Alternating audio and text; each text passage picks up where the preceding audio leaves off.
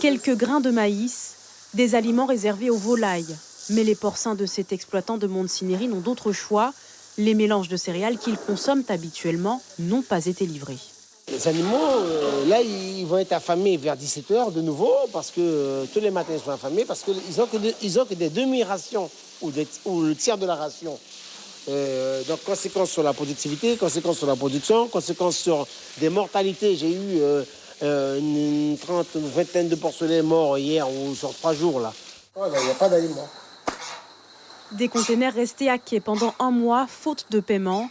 Une situation dénoncée depuis 3 ans par les éleveurs. Ils pointent du doigt le processus du RSA, régime spécifique d'approvisionnement, une aide pour combler les dépenses des ultramarins ayant recours à l'importation.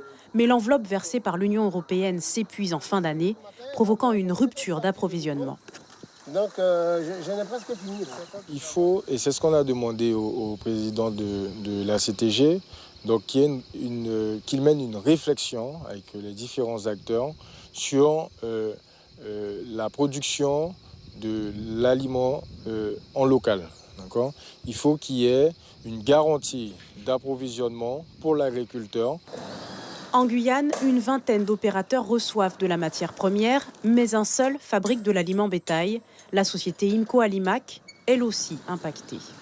Donc voilà, d'habitude, vous avez l'usine qui est pleine d'aliments. Tout le stockage est ici. Normalement, ça va à peu près jusqu'aux ouvertures, là.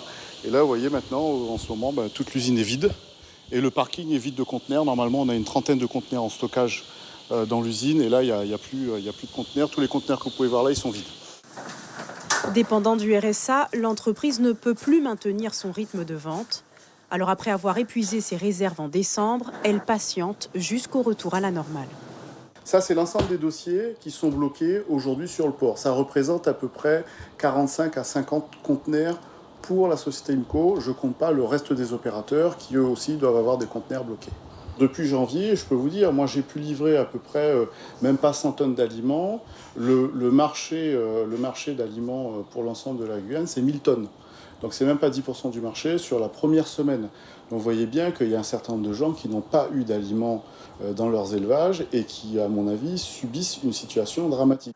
Une situation pourtant prévisible face à la progression de la filière sur le territoire, selon la direction de l'agriculture, organisme relais pour le RSA. L'enveloppe du RSA, depuis 3 ans, n'a pas évolué en termes de montant financier. Mais par contre, ce qui est positif, c'est qu'au niveau local, la production augmente. Et donc, les besoins augmentent.